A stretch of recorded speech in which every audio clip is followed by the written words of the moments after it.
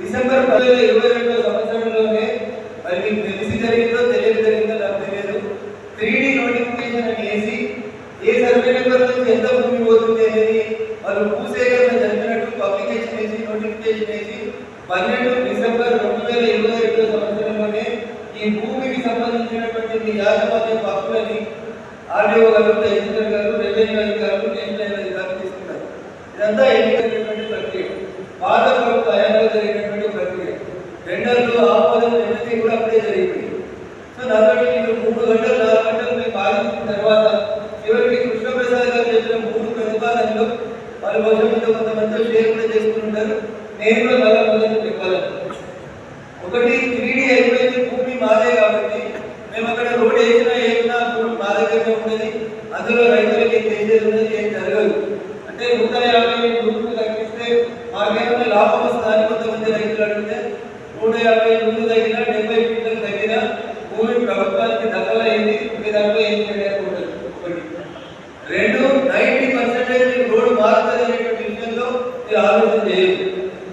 Road వేయడం వల్ల మీకు వస్తున్న నష్టం గురించి రాకపోతుంది, భూమి బయటకు పోతుంది, రామాయణుడికి ఆల్రెడీ ఒకసారి నష్టం జరిగింది అనేటువంటి ఆలోచన వచ్చింది. కాబట్టి కామారెడ్డి నుంచి ఆధ్యాత్మిక దాకా ఈ నేషనల్ హైవే నుంచి కామారెడ్డి ఎక్కడైతే మనం బయట తీర్థమో రామాయణుడి ఉంది అక్కడి నుంచి ఆధ్యాత్మిక దాకా ఉన్నటువంటి రోడ్ని డబుల్ రోడ్ చేస్తాం, డివైడర్ పెడతాం, లైట్ పెడతాం.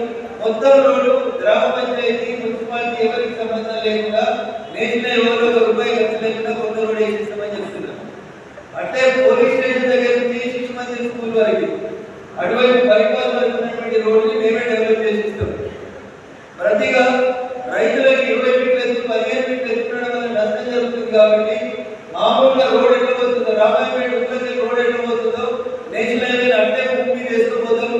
ఇక్కడ ఎవరైతే మినీ ఫంక్షన్ హాల్ దగ్గర రోడ్ దగ్గర ఫ్లైఓవర్ వేస్తామో ఆ ఫ్లైఓవర్ కూడా తీసేసి అక్కడ ఒక పెద్ద సర్కిల్ చేసి రోడ్ క్రాస్ చేయడానికి అవకాశం కల్పిస్తాం. ఇక్కడ దౌలతాబాద్ దగ్గర మాత్రం మేము ఫ్లైఓవర్ వేసుకుంటాం. అక్కడ ఎవరు ఇల్లు లేవు, ఎవరు లేరు, ఏమి నష్టం లేదు కాబట్టి అక్కడ మాత్రం ఫ్లైఓవర్ వేసుకుంటాం.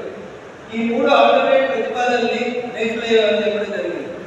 రోడ్డు సైజు తగ్గిస్తే లాభమా నష్టం అనే విషయం చర్చకు వచ్చినప్పుడు రోడ్డు సైజు తగ్గించినప్పటికీ కూడా భూమికి ఓనర్ మీరు కాదు, మా దగ్గర ఉంటుంది కాబట్టి మీరు అక్కడ ఎట్లాంటి నిర్మాణాలు చేపట్టడానికి వీల్లేదు అనేది national highway authority of India చెప్పినటువంటి.